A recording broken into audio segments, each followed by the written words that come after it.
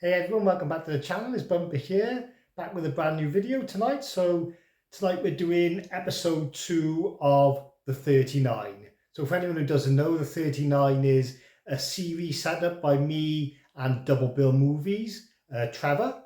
And we're going to be watching the 39, or as many of the 39 as we can, the notorious Video Nasty Category A film. So Trevor's already done the first episode where we've done the movie Absurd. We're going to do them in alphabetical order. We're going to take it in turns, 1 week on his video, 1 week on my video. So this is film number 2 off the list then, and this is the movie Anthropophagous. Okay, so for any hardcore horror fan or anyone who's browsed the VHS sections in Blockbusters back in the day, or who was, even just looked on the boutique shelves in HMV, I think it's bound to have come across this cover with this guy here munching on all the intestines on the front. It kind of stands out. So yeah, so this is one of the more notorious video nasties, one of the more popular ones when it gets spoken about. So yeah, I was lucky enough to have the opportunity to watch this for the first time. And yeah, I'll give my thoughts on it. We'll run through Trev's thoughts on it. And yeah, we'll come and let you know what the outcome is. So just a quick synopsis on the film then. So directed by Joe D'Amato. It's an Italian movie supposedly set in Greece, but I think it's shot in Italy. There's some nice cinematography on it, mine, and it's basically about a group of well, I don't want to say kids, they're not kids, but a group of young adults who skip in their own boat. They go over to this island, they take a girl over there that they meet. She's going over there to meet some woman about some work, and it's a bit of an odd island to get to, so she asks them for a lift. They take her over there and they explore the island themselves, but little do they know, on the island lives the beast. So yeah, the beast played by George Eastman, amazing bad guy, like 7 foot hulking frame, really creepy dude, like, so you wouldn't want to bump into him in a dark alley, I'm telling you. So before my arm drops off, I'll put the case down and we'll talk about it a bit more. So yeah, all right then. So first of all, then, like I said, the synopsis is a group of kids or young adults who are on this island in Greece. And he's having a look round.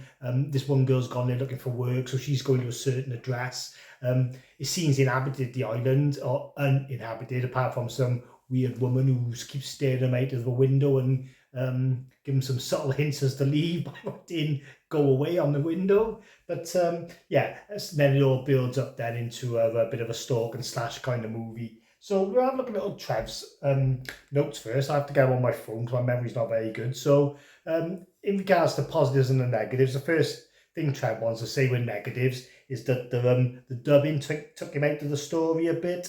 It is of his time. These video nasties, they do have this terrible dubbing on them, so it does bring you back to that era, unless you know where you're watching a film from, you know. He's saying the actors is not their first language, they're probably Italian actors. And yeah, so these dubs are kind of a character of the old films, yeah, so they're kind of like a trope in themselves, really, these badly dubbed voiceovers. So yeah, I'd agree with him. Yeah, that's the only negative he's put mine, so that's good. So my negatives would be the voiceovers. Again, I did say this was absurd as well. It takes you into the film a bit. With Absurd, the lines sounded very monotone, like, there once was a boy in a house. But this one, it was quite loud, echoey. But it wasn't so monotone, so it wasn't that bad. But yeah, it's not great, really. My other negative with the movie, I would say, is the pacing was a bit off, that's all. You need a bit more violence, really, to sort of fill the running time. You get a little bit at the start, and then it kind of all just comes at the end. But, you know, that's fine. That's what slow burn horror movies do these days and get praised for it. So, you know, you can't knock it at all. And then for positives, he's put on there that he's got a great picture for this kind of horror. It's a 2K scan, so we both watched the 88 films one. I had a remastered version again, but he got a 2K scan. It kept the 16mm characteristics, and the image had not been overly cleaned up like a fully 4K restoration would do. Yeah, so what he's saying is there that although it was nice and clean, you could see where the restoration work went in, it still maintained that level of grain and dirt to make you realise that you were watching something that was, you know, shot cheap back in the day. It says that there's nice colours and depths to the image. Oh, I agree, a lot of it is outdoors in the sun, and you got some lovely shots of like boats on the ocean and white cliffs and little shanty sort of seaside towns. It's got a nice Greek. It has got a, because it was shot in in Greece. It has got a Greek feel to it. Fair dues. Like when you go on holiday to Greece and you walk around and like everything's all white and they like all the stonework and everything. Um, so he's saying the picture quality fit the movie, unlike Absurd, which was too clean. So I picked up on Absurd as one of my positives, how clean it looked. Um, this is where me and Trev might differ a bit, because although we're similar ages, he grew up watching these films, so he remembers the old crusty versions. I kind of didn't. I'm only going into them now, so I'm spoiled by having the plush versions and not the crustier versions. So I think he gets more of a nostalgic kick when he's got the crustier version. He feels he's watching more of a movie from its era, whereas me, I'm probably being a little bit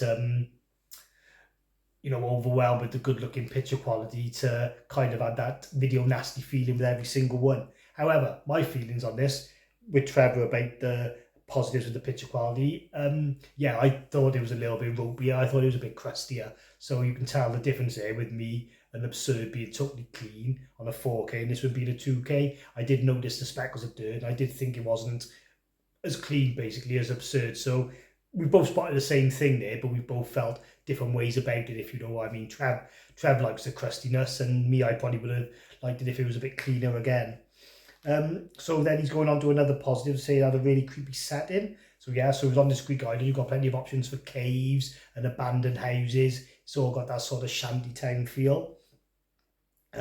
Slightly disjointed and overpowering music helped put me on the edge, but that's how it should be. So yeah, so this movie, like a lot of them, has got a crazy kind of 80s synth keyboard kind of soundtrack. And it is mad, I gotta be honest. A lot of it doesn't suit the film. A lot of it is just like someone pushing a key and then they got like the auto tunes going on in the background, like the space option or something, and it sounds like really spacey. But yeah, it is because of its time. A lot of the films do have it. Again, I would put that under a negative for me with the score, because it really was out of place. But it's good, like I said, it does put you on edge because it's so loud and like bangy when it doesn't need to be. But yeah, I see where he's coming from. And then he's got great locations, great special effects, and pretty good kills. So yeah, the effects work is spot on. The locations, like I said, even though it's Italy, pretending to be Greece, it still looks amazing. And gory kills, yeah, okay. So I'll elaborate a little bit on the kills without trying to spoil it for you. But there's one scene in this movie right at the end which is notorious, which is why it's a video nasty. And if you explained this scene to someone or you showed it to them back in those times, either way, the movie was getting banned. So this could be one that they never even bothered to watch. But as soon as you say this scene, or you put it down in words, yeah. So it's pretty hardcore, but the special effects are dated enough for you to know it's not real. So yeah, you shouldn't have any problems with it really, if you've watched lots of other gory films. But that's not the bit that I like. My favourite kill was the bit where he pulls the girl's head up through a roof, like they're hiding in the attic, so he breaks in through the ceiling. They're only like little buildings, and he pulls her up through, and her head's only halfway up through the roof, and he carries it, he's just biting onto her neck as soon as her head's halfway through the roof, like as soon as he can get a mouthful, he's on it, and it's pretty horrible. So yeah, so there we are then with the negatives and the positives for the films. Some bad dubbing, and some dodgy score, but also, that also helps the film for the time. And the positives are that, great settings, great cinematography, great gory kills, serviceable acting, characters are just about likeable. You don't really get any dickheads in the crew or anything. And again, going back to George Eastman, just a great bad guy. So yeah, overall, really good. So then when we do these, we're going to do a little bit more of an error. Sorry, I'm using an old phone, so I'm trying to get all Trez views on the same screen, but I'm struggling to scroll up. There we go, I got it. Okay, so then we're going to go on to the questions about, did it feel like a video nasty?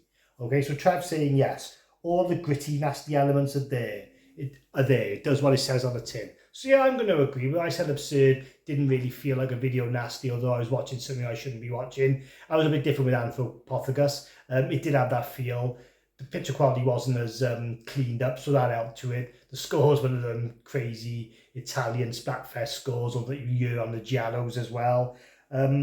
And yeah, it was violent when it needed to be. Like, it lived up to its reputation for the scenes that were in it. Although they were few and far between, they were as hardcore as you were led to believe, I gotta be honest. And then next then is, so should it be a video nasty? And Trevor's given a resounding yes on this. So the cave scene is the scene I was on about. It's definitely what makes it the video nasty. You know, that scene is definitely what's going to push it over the edge. He goes on to say, as unpleasant and grim the cave scene is, if you're going to portray that kind of thing in a cannibal movie, then don't shy away from it. And they certainly didn't. No, I agree. So yeah, so what Trevor's saying, if you're going to show it, just go all out, and there's no point giving us half an effort, or, you know, just to please the critics. Let's just have it how it's supposed to be. And then our final question then really is always, should modern day horror fans check it out? So it's funny what Trevor's put here, because Trevor's made this a rite of passage for all horror fans. So the answer is definitely yes. He follows it up with, you haven't seen a real horror till you've watched the uncut version of Anthropophagous. So like I said, Trevor's laying his game flat there. The challenge is out there. That is a rite of passage. You ain't no horror fan till you've seen The Beast. And yeah, I agree, man. You might find it a bit boring in parts. The pacing's a bit off, but stick with it. And yeah, you will be rewarded with some of the most goriest and most loved gore scenes in horror, 80s horror, you know, cult horror scenes. You could say I've seen that one, because it's bound to come up sometime in a conversation, or if you're reading a book or something. All right, then really, Trav wants to... excuse me. And then at the end, Trav gives his final verdict saying, great film, all the boxes tick for an old school horror. So he's giving it 9 out of 10. So we both give Absurd 8 out of 10. So Trav is saying that Anthropophagous is worth 1 more point than Absurd, okay? I'm going to go the opposite way, all right? I preferred Absurd. I don't know if it was the fast pacing, or, like we said, the cleaned up image. I also like the characters a bit more in there. You had like the disabled girl that gave it a bit of a giallo feel, you know, the sort of abstract hero. And I thought George Eastman looked better as well as the bad guy. So I didn't prefer it over Absurd, but I did enjoy it. The pacing was a little bit of an issue for me. I did find it a bit boring in places, but I didn't reach my phone or anything, so I was still involved. So I'm going to give it 7 out of 10. So we're on a good run so far. We've watched 2 films that a lot of people would have passed off as nasty rubbish trash and chucked it in the bin. But we have both found something to enjoy in both of them. And we are different sides of the spectrum with horror to a certain extent. We both like the same films as well, but you know, we can give 2 different sort of opinions on it. So if both our opinions are the same, you know it's probably good. So I've been Bumper then. Thanks for watching. It'll be over to Trev for the next one now, which will be Axe. And as far as Anthropophagous goes, check it out. All right, this is just a very quick edit, because I forgot in the video, and Trev will kill me if I do forget to say it, that Anthropophagous and Absurd are actually sequels. You know, they follow on from each other. So Anthropophagous is the first one, and Absurd is the second one. But we watched them the other way around, because we went in alphabetical order, and I wasn't fully sure. I knew they kind of had the same director and the same actor, but I didn't know where they sort of combine. So if you are going to check these videos out, make sure you do it the right way around, and definitely watch Anthropophagous first, then watch Absurd, and you should get a bigger picture of what's going on then. All right then, cheers.